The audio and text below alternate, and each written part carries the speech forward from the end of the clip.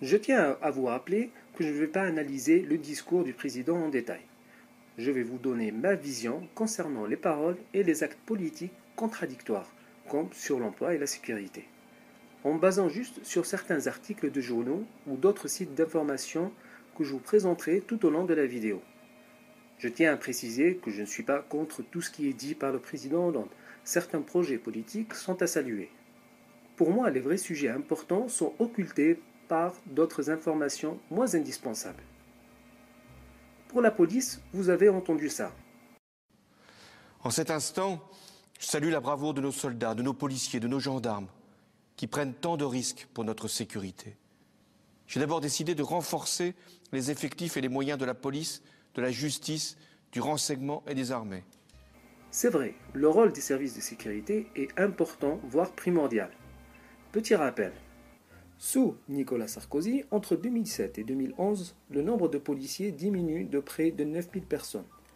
Pour plus d'informations, je vous encourage à regarder toutes les vidéos de Cache Investigation sur les dividendes, la formation professionnelle, la santé ou le business de la peur. En résumé, comment votre argent est détourné au profit d'autres acteurs. Je reprends l'article paru sur le site de Pierre Jovanovic. Lyon Magazine a publié un scoop intéressant sur une très belle bombe à retardement que le PS a oublié. Près de 1000 policiers ont entamé une procédure devant le tribunal administratif en réparation des préjudices qui pourraient coûter cher au budget de l'État.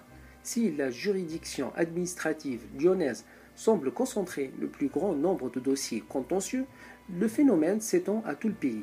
600 dossiers seraient instruits à Lille, près de 300 à Bordeaux. La plupart des tribunaux administratifs sont touchés. Et dans la même logique, là, ce sont les policiers du groupe de protection des personnalités et ceux en Vigipirate qui ont entamé une procédure, car ils ont accumulé plus d'1 million d'heures supplémentaires qui n'ont pas été payées. Le syndicat Alliance révèle aussi que certains policiers menacent de déposer plainte pour mise en danger de la vie d'autrui et travail dissimulé. 14 policiers du SP qui veillent à la sécurité du président, des ministres et des personnalités, dénoncent ainsi un rythme de travail insoutenable. Au total, ce sont ainsi 1,3 million d'heures supplémentaires qui n'auraient pas été payées aux policiers. Aussi, mon premier devoir, c'est de vous protéger. Vous protéger, c'est agir à la racine du mal, en Syrie, en Irak. Et c'est pourquoi nous avons intensifié nos frappes contre Daesh. Pour moi, certaines informations sont passées inaperçues pour comprendre la politique étrangère de la France, comme Alain Chouet, rapporté par Michel Collin. Donc la Direction générale de la sécurité extérieure, M. Alain Chouet a déclaré, je cite, « Au Moyen-Orient, au Sahel, en Somalie, au Nigeria, nous, la France, sommes alliés avec ceux qui sponsorisent depuis 30 ans le phénomène terroriste, alliés avec ceux qui sponsorisent le terrorisme. » Et il continue, on s'épuise à s'attaquer aux exécutants, c'est-à-dire aux effets du wahhabisme, mais pas à ses causes, et on n'y arrivera pas à arrêter les attentats comme ça, dit-il, à moins de mettre un flic derrière chaque citoyen. En réalité, nos gouvernements ne nous protègent pas. Je pense que c'est eux qui ont créé le risque de ces attentats à Paris et ailleurs, et je ne suis pas le seul à le dire. Alain Chouet, dont j'ai parlé, donc un ex-dirigeant de la Direction générale de la sécurité extérieure, a dénoncé l'attitude de la France sur la question de la prévention du terrorisme. Je cite, « Les services de sécurité syriens ont épargné à la France à plusieurs reprises de terribles catastrophes que des terroristes d'origine arabe s'apprêtaient à provoquer. Seuls les renseignements fournis par les services syriens nous ont permis de les déjouer et de sauver des vies innocentes. » Et il donne un exemple. « Nous avons obtenu, grâce à la coopération avec la Syrie, de précieux renseignements qui nous ont conduits à déjouer en 2008 un plan terroriste qui aurait fait des milliers de morts dans le métro de Paris. Grâce au colonel Maklouf, on a pu démanteler, intercepter un groupe des plus dangereux terroristes d'Al-Qaïda. » Et alors, il s'étonne de la politique française et il dit « Comment peut-on mettre sur la liste des sanctions françaises et européennes cet officier Maklouf qui a été blessé lors d'une opération terroriste contre des terroristes, lors d'une opération contre des terroristes qui attaquaient les ambassades françaises et américaines à Damas. » Imaginez que quelqu'un sauve nos enfants d'une mort certaine et au lieu de l'en remercier, notre diplomatie le traite de terroriste et le met comme un criminel sur une liste de sanctions.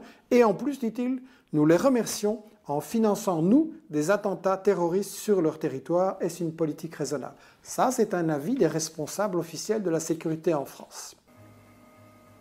Vous avez aussi les révélations de Scarsini. Alors, indépendamment de cette interview de Bachar el-Assad, le temps nous est compté, donc on ne peut plus en parler, Yves de Kerdrel, mais on peut souligner peut-être que jeudi matin, vous publiez également l'interview de Bernard Squarcini, qui est l'ancien patron des services secrets. Et qui fait une révélation qui est susceptible de faire sauter effectivement un certain nombre de personnes en France.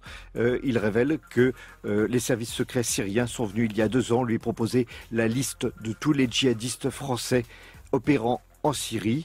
Bernard Squarcini s'est tourné vers son homologue français qui a dit effectivement ça m'intéresse mais il faut que je réfère au Premier ministre Manuel Valls.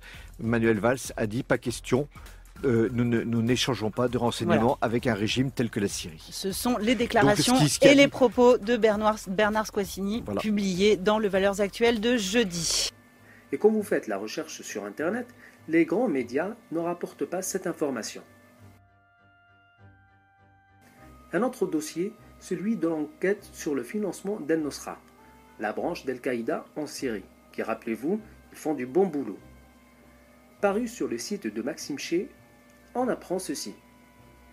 Le 26 novembre dernier, le député et ancien juge antiterroriste Alain Marceau répondait aux questions des internautes sur Twitter. À cette occasion, il m'avait indiqué qu'une enquête parlementaire susceptible d'exposer le soutien du Front Al-Nosra par l'État français en Syrie avait été refusé par la majorité. D'après lui, ce refus visait à ne pas embarrasser le gouvernement. Et pour des choix de la nationalité française, les individus condamnés définitivement pour crimes terroristes. Je vous donne les liens de l'article paru sur le site Les Crises. J'étais un peu surpris quand j'ai appris que même le général de Gaulle avait été déchu de sa nationalité. Et celui de Saïd Boumama sur le site Investigation, où il nous donne d'autres informations. Je résume un peu ce que j'ai compris. Cette mesure vise à distinguer 2 catégories de Français, en associant symboliquement le terrorisme à l'origine. Mais il y a un autre volet de cette réforme constitutionnelle qui a du mal à passer, notamment à gauche, qui est le volet de la déchéance de nationalité. Alors ça mérite quand même qu'on s'y arrête un instant. Normalement, il y a, dans certains pays, il y a ce qu'on appelle le bannissement, c'est-à-dire on chasse les nationaux. C'est interdit en France. Mais on peut en France, ça existe déjà, la déchéance de nationalité pour les binationaux qui n'étaient pas nés en France, qui avaient acquis la nationalité française. Par ailleurs, ils pouvaient être déchus de leur nationalité, ce qui se justifie puisque finalement ils n'étaient pas nés français, ils avaient acquis la nationalité ensuite. On pouvait estimer qu'ils n'avaient pas été dignes de cette nationalité, donc on pouvait la leur retirer, ça peut se justifier. Là, c'est tout à fait autre chose. Là, il s'agit de retirer la nationalité française à des gens qui sont nés en France et qui sont donc français parce qu'ils sont nés en France, c'est le droit du sol. Alors ça pose évidemment une question, parce que qu'est-ce que ça vise, les binationaux nés en France? Eh bien, ça vise, bien entendu, des Français d'origine immigrée, par exemple algériens, marocains, tunisiens, sénégalais, vietnamiens, etc., et qui, nés en France, ont pu acquérir la nationalité française du fait du droit du sol, sans pour autant renier leur nationalité d'origine. Il y a d'ailleurs certains États avec lesquels il est, je crois, difficile, voire impossible, de perdre sa nationalité d'origine. Donc là, le projet de réforme constitutionnelle prévoit qu'on pourrait retirer la nationalité française à quelqu'un qui l'a eue parce qu'il est né en France. Donc là où ça pose quand même un véritable problème éthique et juridique, c'est que, mine de rien, on introduit 2 qualités de Français. Il y a les Français qui sont les Français de souche, ceux qui ne sont pas binationaux, ceux qui sont de nationalité française par filiation depuis un certain nombre de générations. Et puis, il y a les Français qui sont français parce qu'ils sont nés en France et du fait du droit du sol, mais qui ont une autre nationalité. Donc on introduit ainsi un clivage à l'intérieur de la collectivité nationale. On remet en cause de façon implicite la notion de droit du sol. On remet en cause de façon implicite la notion d'unicité du peuple français. Je crois qu'il serait sage que le Conseil constitutionnel puisse se prononcer sur ce projet de réforme. En attendant, moi je trouve, à titre personnel, je trouve que cette réforme est très malvenue, parce que d'abord, elle ne réglera en rien les problèmes conjoncturels, les problèmes de terrorisme. Ce n'est pas parce que les terroristes en question avaient la nationalité française qu'ils n'allaient pas commettre des actes terroristes. Deuxièmement, ça va dans le sens nauséabond de ce qui est suggéré de plus en plus dans l'opinion publique, qu'il y aurait des Français de seconde zone. Et suivez mon regard. En fait, il s'agit de faire la cour aux idées racistes du Front National. Moi, je rappelle que la meilleure façon de lutter contre le terrorisme, je rappelle que c'est d'abord et avant tout de rendre aux Français, quelles que soient leurs origines, quelles que soient leurs convictions politiques, religieuses ou autres, l'envie d'être et la fierté d'être français. L'envie et la fierté d'être français, il faut pour cela que la France soit un pays désirable, respectable, enviable, que l'on ait envie d'être français, que l'on ait la fierté de se dire français, que l'on ait envie de défendre sa patrie. Et ceci va découler de quoi ? Ça va d'abord découler du respect que l'on portera à ses dirigeants. Comme le dit le proverbe chinois, le poisson pourrit par la tête. Si nous avions un chef de l'État, un chef de gouvernement, des ministres qui étaient impeccables, un point de vue moral, du point de vue financier, du point de vue politique, du point de vue de la parole donnée, qui respectaient les engagements électoraux qu'ils ont pris lorsqu'ils ont fait leur campagne électorale, eh bien, à ce moment-là, déjà, les gens respecteraient la fonction de chef de l'État. Si, par ailleurs, nous avions un État qui défendait l'intérêt général des Français, ne se livrait pas à des guerres illégales, notamment au Moyen-Orient, défendait le droit international, défendait la justice, eh bien nous n'aurions pas ces phénomènes. Je rappelle que sans vouloir faire de ces années des années mythiques, dans les années 60, lorsque la France était dirigée d'une main ferme par Charles de Gaulle, conformément à l'intérêt du peuple français, conformément à la gloire et au rayonnement international de la France, eh bien il n'y avait pas de ce genre de dérive. Voilà. Donc ce que nous disons, c'est que plutôt que de prendre ce genre de mesures, qui sont en fait des mesures qui vont dans le sens de la dénonciation d'une espèce de pseudo-ennemi de l'intérieur, qui vont dans le sens de créer des espèces de Français à plusieurs vitesses, qui vont, lâchons le mot, dans le sens de donner du carburant à une future guerre civile, eh bien tout ceci n'est pas raisonnable. C'est la raison pour laquelle je pense que cette réforme constitutionnelle n'est pas bonne. Et quand je dis ça, ça n'est pas faire preuve le moins du monde de laxisme vis-à-vis, bien entendu, des délinquants et des terroristes. D'ailleurs, s'agissant de laxisme en matière de justice, le gouvernement français actuel n'a pas de leçon à donner quand on voit le très grand nombre de gens qui, finalement, n'effectuent même pas les peines de prison qu'ils ont. Ou je pense aussi à cette députée socialiste qui a un bracelet, à l'Assemblée nationale parce qu'elle a été condamnée pour corruption à de la prison, mais elle est en appel, etc. Bon, voilà, ça c'est le gouvernement socialiste. Il ferait mieux de balayer devant sa porte et de rester fidèle aux grandes valeurs républicaines, sans donner si peu que ce soit, dans le sens de la division entre les Français. La lutte contre le chômage reste ma première priorité. Ce sera l'objet des textes préparés par le gouvernement pour simplifier le Code du travail, instaurer une nouvelle sécurité sociale professionnelle et saisir les opportunités économiques offertes par la révolution numérique pour être plus fort économiquement, plus juste socialement, plus exemplaire démocratiquement. C'est ainsi que la France sortira plus grande. Pour moi, c'est un peu contradictoire de vouloir lutter contre le chômage tout en autorisant les travailleurs détachés. Je ne suis pas contre le travail de personnes qui viennent d'autres pays. Mais si on vient travailler en France, c'est normal de payer les charges sociales en France. Petit rappel de la directive européenne de 1996, qui permet d'accorder à un patron d'employer ponctuellement de la main-d'œuvre avec les charges sociales du pays d'origine du travailleur. C'est ce qu'on appelle du dumping social. Cet après-midi, il n'y avait plus personne pour déballer les chaises de l'université d'été du PS. Les salariés chargés de le faire ont été priés de quitter La Rochelle. Mais quel problème les socialistes ont-ils eu avec leurs prestataires ? Ce sont nos confrères de France Bleu qui ont révélé l'information. Des travailleurs low cost ont été embauchés pour monter le campus de La Rochelle. Des salariés roumains, employés avec statut de détaché. C'est légal, mais pour un parti qui fustige le dumping social, c'est un problème. Jean-Christophe Cambadélis en décembre 2013. L'Europe négocie un durcissement des règles sur le détachement de salariés, mais selon le socialiste, l'Europe peut encore mieux faire pour éviter toute tentation de dumping social. Alors le PS a-t-il lui-même été tenté par le dumping social ? Jean-Christophe Cambadélis n'a pas eu le temps de nous répondre. Il nous a renvoyé vers un de ses porte-paroles, le sénateur David Assouline. Il n'était pas mentionné que cette société passerait par un sous-traitant et que ce sous-traitant embaucherait des travailleurs détachés. Le PS ne savait pas, il a seulement signé le meilleur devis. Première étape. Le parti fait appel à une société dijonnaise spécialisée dans l'événementiel, EMA.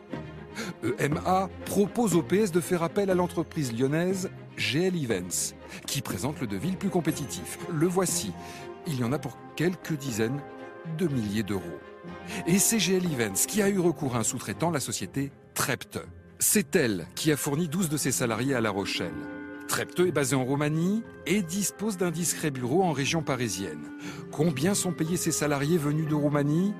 Nous avons posé la question à l'un de ses cadres.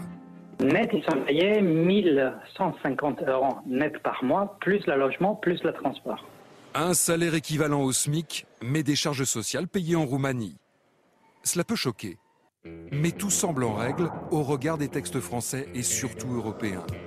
Ce matin, par voie de communiqué de presse, le PS a demandé à ses prestataires de mettre fin au contrat des salariés roumains. Une douzaine de Français les remplacent, pas pour des raisons légales donc, mais politiques. Le travail au noir, ça existe. Il est durement réprimandé. Mais c'est plus bizarre quand celui qui réprimande fait la même chose. Qui ne déclare pas 40 000 contractuels chaque année ? Eh bien la réponse, c'est le ministère de la Justice. Oui, la chancellerie qui est visiblement épinglée par un rapport d'inspection interministérielle. 40 000 personnes non déclarées et donc non soumises aux cotisations sociales. Révélation du Canard enchaîné. On va écouter son rédacteur en chef, Louis-Marie Aurault. Alors c'est une situation absolument extravagante parce que quand même l'essentiel de ces salariés au noir travaille pour le ministère de la Justice, qui est quand même le ministère de la Loi, et qui éventuellement aussi condamne les violations du code pénal. Donc on est quand même dans une situation schizophrénique assez amusante. La mission interministérielle estime que le coût pourrait être de l'ordre de 25 à 46 millions par an. Voilà, mais le problème, c'est qu'en face, il y a aussi des risques importants, des risques. Imaginons que un certain nombre de gens qui sont dans cette situation demandent au moment du départ à la retraite la reconstitution de leur carrière. Là, ça pourrait coûter beaucoup d'argent, surtout s'il y avait des actions collectives. Là, les rapporteurs, ils risquent une estimation. Ils disent que ça pourrait coûter 1,5 milliard. Alors, si on veut sauver les emplois comme ça, c'est pas gagné. Je vous propose d'autres sujets. Ce Peugeot P4, utilisé par les militaires français depuis les années 80, va bientôt disparaître. Pour le remplacer, l'armée a misé sur ce modèle, un Ranger de l'américain Ford.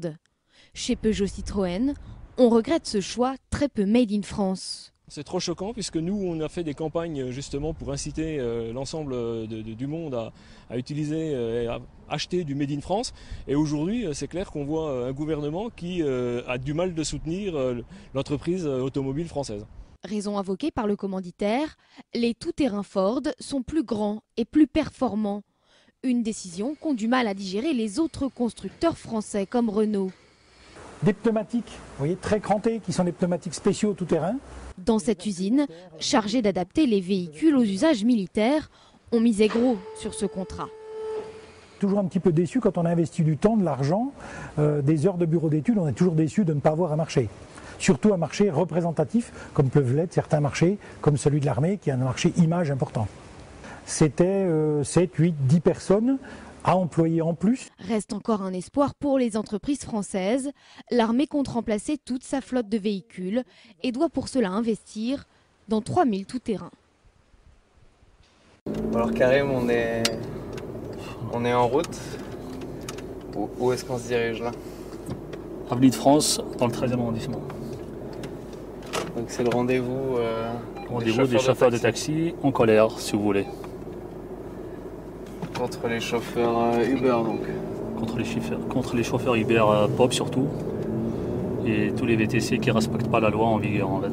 Alors on entend beaucoup parler de ce sujet en ce moment. Est-ce que vous pouvez un petit peu nous expliquer les raisons de votre colère? Les raisons de notre colère, en fait, on a manifesté, ça fait plus d'1 an et demi, contre tout ce qui est Uber et VTC. Le gouvernement nous a promis une loi. La loi a été votée, mais il n'y a rien sur le terrain, quoi. Ça veut dire qu'ils nous ont pondu des lois inapplicables, quoi. Au retour au garage, par exemple, on n'en voit pas comment ils peuvent l'appliquer.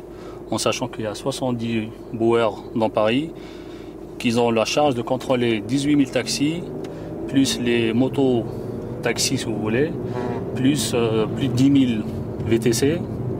Et on ne sait pas combien de Uber Pop, ce genre de transport particulier à particulier,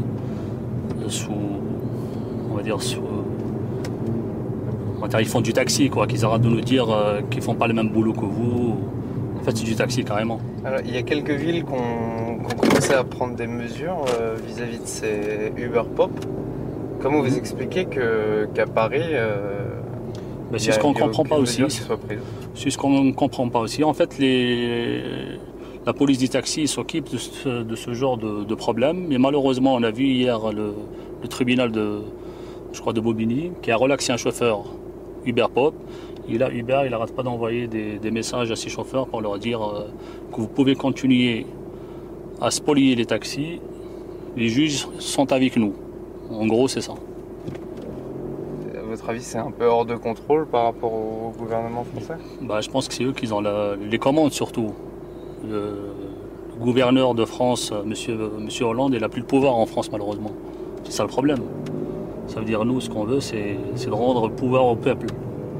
Qu'ils arrêtent de nous dire il faut attendre les tribunaux, pas tribunaux, après ça part encore européenne. On connaît le résultat. Hein. Qu'ils arrêtent de nous dire qu'on va faire le nécessaire. Parce que l'année dernière, on a fait une manifestation pendant 4 jours, ils étaient 3000. Ils nous ont calmés avec une médiation de M. Thévenoud. Aujourd'hui, on est à plus de 10 000 VTC dans Paris. Je ne sais plus combien, on va dire un chiffre du Uber Pop. En fait, on est en train de marcher vers l'arrière, quoi. La licence, par exemple, elle coûtait 250 000 l'année dernière quand on a fait manif. Ils nous ont dit, vous inquiétez pas, il n'y aura pas d'impact. Aujourd'hui, elle est à 180 000 €, personne ne va acheter. Les garages de loueurs, ils sont blindés de chauffeurs qui lâchent leur véhicule. Mais le gouvernement reste sourd dans leurs revendications encore.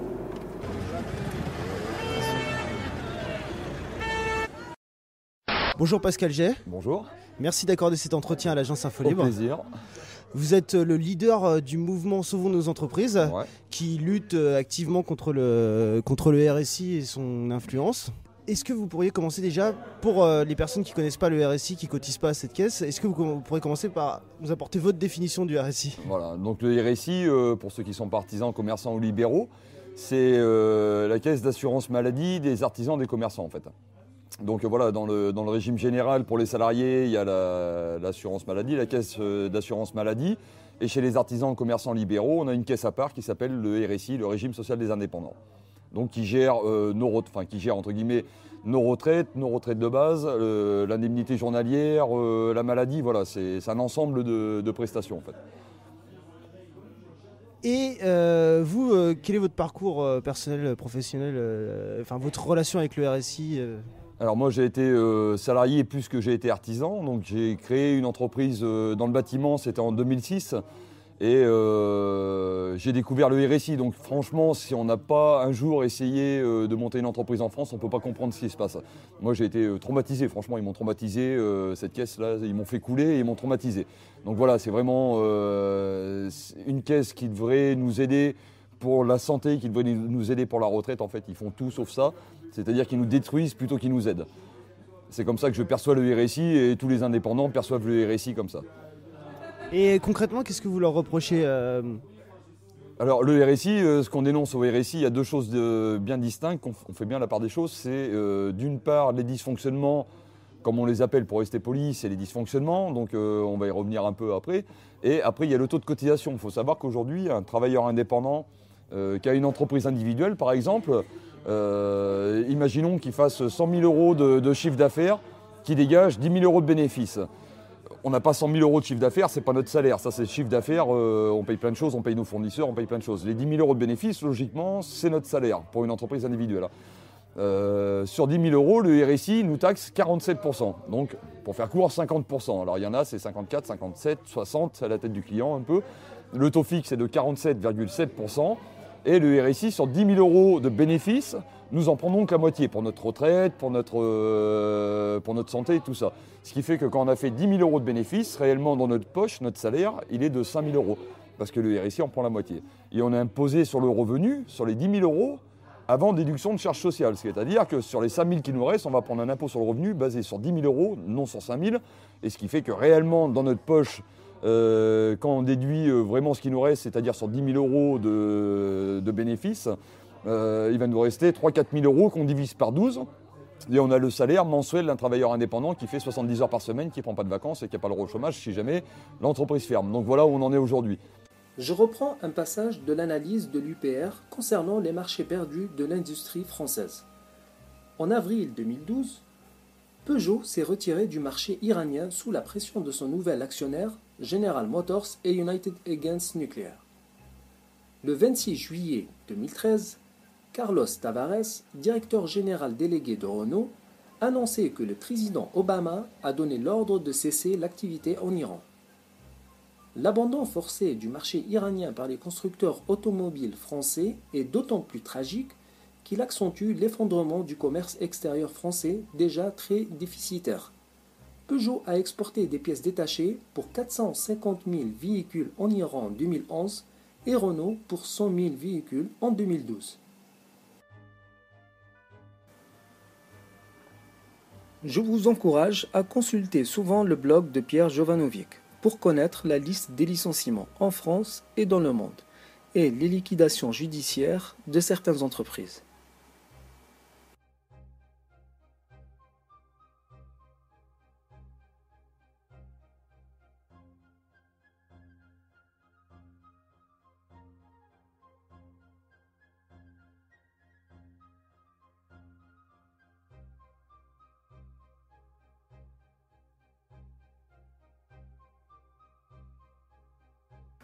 François Hollande s'est distingué avec ce discours. Je vais vous confier une chose. Dans cette bataille qui s'engage, je vais vous dire qui est mon adversaire, mon véritable adversaire. Il n'a pas de nom, pas de visage, pas de parti. Il ne présentera jamais sa candidature. Il ne sera donc pas élu. Et pourtant, il gouverne. Cet adversaire, c'est le monde de la finance. Je vous propose un court extrait audio de l'intervention de Gérard Filoche, qui résume assez bien la situation financière de la France. De quoi s'agit-il? La fraude fiscale dont on parle en Europe est 2 fois supérieure à la dette de tous les pays de la zone euro. 2 fois supérieure. Il faut comprendre ça pour les Français. Parce que normalement, ça devrait faire la une de tous les médias pendant des jours et des jours. La crise est résolue. Le chômage est résolu. Nous n'avons pas besoin de prendre 9 milliards à la sécurité sociale, 11 milliards aux collectivités territoriales, de baisser de 50 milliards les besoins sociaux dans le budget prochain. Il suffit de reprendre l'argent aux voleurs. Parce que c'est bien de ça dont il s'agit. Il n'y a pas que l'affaire Swiss Leaks. Il y a eu avant 168 journalistes offshore Leaks, il y a plusieurs années. Combien tous les réseaux financiers de la planète. Là, il y en avait 154. LuxLeaks. Celui qui dirige l'Europe aujourd'hui, on ne va pas parler des Belges, on va parler des Luxembourgeois. Il a été 15 ans ministre de l'économie au Luxembourg, puis 15 ans Premier ministre. Pendant ces 30 ans-là, il a blanchi l'argent de 340 entreprises. C'est estimé à un total de 2400 milliards d'euros. Parmi les 340 entreprises, il y a 58 multinationales françaises qui, au lieu de payer l'impôt à notre République, de permettre qu'on aide les chômeurs à avoir du boulot, de permettre qu'on ait de meilleurs hôpitaux, de permettre qu'on ait de meilleures écoles, ils trichent au Luxembourg avec la complicité de Jean-Claude Juncker, lequel dit aux Européens « ayez un budget en équilibre, les yeux dans les yeux, comme Cahuzac, ayez un budget en équilibre ». Et il leur dit « ne dépassez pas ». Pendant qu'il triche et que c'est lui qui fraude sur le budget qui permet qu'il ne soit pas en équilibre. On est quand même dans un système inouï. Je ne sais même pas comment les peuples européens ne se révoltent pas face à ça. C'est dans leur poche. Chaque Français doit comprendre que c'est dans sa poche, que c'est dans ses droits qu'on les vole. Et ces 58 entreprises multinationales, on les dit toujours vive l'entreprise. Je vous encourage à visionner ces vidéos sur le code du travail et à lire aussi ses articles sur son site. Je reviens à Cash Investigation, où il parle des millions d'euros octroyés à Sanofi grâce au crédit impôt recherche et le crédit compétitivité emploi, où il pose la problématique de la distribution de deniers publics à des entreprises qui font des plans de licenciement.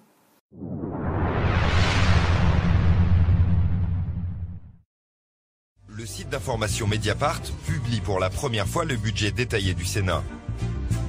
On y découvre les avantages dont bénéficient les fonctionnaires, comme 16 heures sup, de nuit ou de dimanche, qui coûtent 24 millions d'euros. Un complément mensuel de 1 700 € en moyenne pour chacun, même pour ceux qui ne travaillent ni le dimanche, ni la nuit. Chaque sénateur coûte en moyenne aux contribuables 23 500 € par mois. Secrétaire ou dactylo gagne environ 5 000 € par mois. Nous allons au jardin du Luxembourg, à la rencontre des jardiniers, pour en savoir plus sur leurs conditions de travail. Au niveau des conditions de salaire, ça va chercher combien? Nos limites. Ça vaut le coup. Ça vaut vraiment le coup. Pourquoi vous pouvez me le dire? Voilà, c'est un peu délicat de parler de ça. De parler d'argent? Ouais. Ah bon, c'est vos impôts. Hein. C'est bien connu, en France, on parle pas d'argent. En Amérique, ça vaut vraiment le coup. Voilà, je peux pas vous en dire plus. Vous avez combien de semaines de congé alors? Il y a assez... Plus que de raisons. Page 5, figure une prime de chauffage, qui rapporte en moyenne 4 000 € par an à chaque fonctionnaire. Est-ce que je peux consulter le budget du Sénat? Ah ben, il est publié, vous l'avez si vous voulez. Pas le détaillé. Ah si, je pense. Au Sénat? Au Sénat, non, oui. non, il n'est pas publié le budget détaillé. Ben, tant mieux, je suis content. Parce que j'estime que c'est pas la peine que tous les gens regardent des choses qui vont être incapables de commenter et ils auront certainement peut-être des réflexions idiotes. Je pense que tous les gens ne sont pas capables de comprendre. Voilà la carte, restaurant du Sénat. Vous avez des plats, alors évidemment, hachis parmentier de bœuf, foie gras fumé, d'eau de cendre rôtie à la moelle, fondue d'épinards, beurre rouge. Et le chef aujourd'hui propose aussi un vol au vent de homard et coquillages, jus pressé de carapace, les fromages, plateau de fromage affiné, salade de saison au fromage blanc, et puis les desserts. Gratin de fruits, sabayon au calvados, millefeuille à la vanille, baba au rhum, mousse au chocolat. On a entendu le questeur Bernard Sauget dire dans notre enquête, je cite, « Je suis content que les comptes du Sénat ne soient pas publiés parce que tout le monde ne peut pas comprendre. » J'estime que c'est pas la peine que tous les gens regardent des choses qui vont être incapables de commenter et ils auront certainement peut-être des réflexions idiotes. En tant que citoyen, quelle est votre réaction? C'est dramatique. C'est dramatique, en fait, c'est de l'argent public. Et le questeur donc, fait partie des 3 personnes en charge, je dirais, du budget de l'Assemblée nationale. Il dit tout simplement que les citoyens sont des imbéciles. Du Sénat, en l'occurrence. Du Sénat, pardon. Que les citoyens sont des imbéciles, ils ne sont pas capables de comprendre. Moi, ce que je vois, en tout cas, c'est qu'il ne veut pas rendre transparent ses comptes, parce que moi, je suis persuadé qu'en tant que citoyen, on trouverait plein de choses. Dans la nuit de mardi à mercredi, Christian Ecker a obtenu dans la douleur la suppression de l'obligation pour les grandes entreprises de rendre publics leurs impôts payés pays par pays. Voici le résultat du scrutin. Votant 52, suffrages exprimés 52, majorité absolue 27, pour 28, contre 24. L'Assemblée nationale a adopté. Monsieur le ministre, vous avez la parole. Oui. Le gouvernement est opposé à cette disposition et j'avertis d'ores et déjà l'Assemblée que le gouvernement va demander une deuxième délibération sur ce point. Mais, monsieur le député, c'est un droit du gouvernement. Donc, à l'issue de l'examen, je demanderai du dernier, je crois qu'il y a encore un ou deux articles, je demanderai une suspension de séance. Il faut savoir que cette politique d'austérité vise à payer la dette de la France. Ce que connaissent pas la plupart des Français et des citoyens d'autres pays, c'est d'où provient cette dette. Je vais lire le résumé de votre livre. Comment une élite de banquiers et de hauts fonctionnaires a endetté la France auprès des banques privées avec un texte obscur. Alors, votre livre montre comment la France a été mise en esclavage par la dette avec juste un simple texte anodin. Alors, rien que ça, déjà, c'est très fort. Juste 4 lignes, ou peut-être moins, 3 lignes, et vous mettez tout un peuple en esclavage. Et ensuite, votre livre montre comment, en l'espace de 40 ans, chaque Français s'est retrouvé avec une dette de 30 000 € sur le dos, au nom du pays. Grâce à cette loi, la France a été conquise sans bruit, sans une balle tirée et sans aucune résistance. Chaque semaine, ce sont 4 nouveaux milliards empruntés par l'État pour payer retraite, salaire et aussi intérêts de la dette qui s'ajoutent aux 1700 milliards déjà dus, alors qu'au même moment, 800 emplois, alors ça c'était au moment où votre livre est sorti, mais aujourd'hui on est passé quasiment à 2000, 800 emplois industriels sont détruits chaque jour. Ce livre est le récit de la pire trahison de l'histoire de France. Et il doit être lu par tous les Français. Alors, je voudrais revenir sur quelque chose que vous venez de dire à juste un instant, parce que vous l'abordez dans votre livre. Et si vous pouvez le réexpliquer, à un moment donné, vous racontez que les politiques ont décidé d'abandonner, le bien-être des Français au profit du chômage pour favoriser les patrons et les salaires très bas. Est-ce que vous pouvez nous réexpliquer tout ça, le contexte et les années? Autre point intéressant dans votre livre, c'est justement, alors c'est la partie 2, justement je vais donner la répartition un petit peu du livre. Alors la partie 1, c'est la préparation de la tragédie, donc c'est tout ce qui se passe en 1973. La partie 2, c'est la vente de la France à la criée, le processus de 1973 ou la trahison de Jean Monnet, donc c'est quand même c'est assez fort. La partie 3, c'est le Parti Socialiste termine la mise en esclavage de la France par la dette, et la partie 4, la France renversée par la dette. Voilà, donc c'est le planète. La réussite de la COP 21 a été un événement mondial et un motif de fierté pour la France. Pour la COP 21, je vous laisse lire l'article du site Investigation.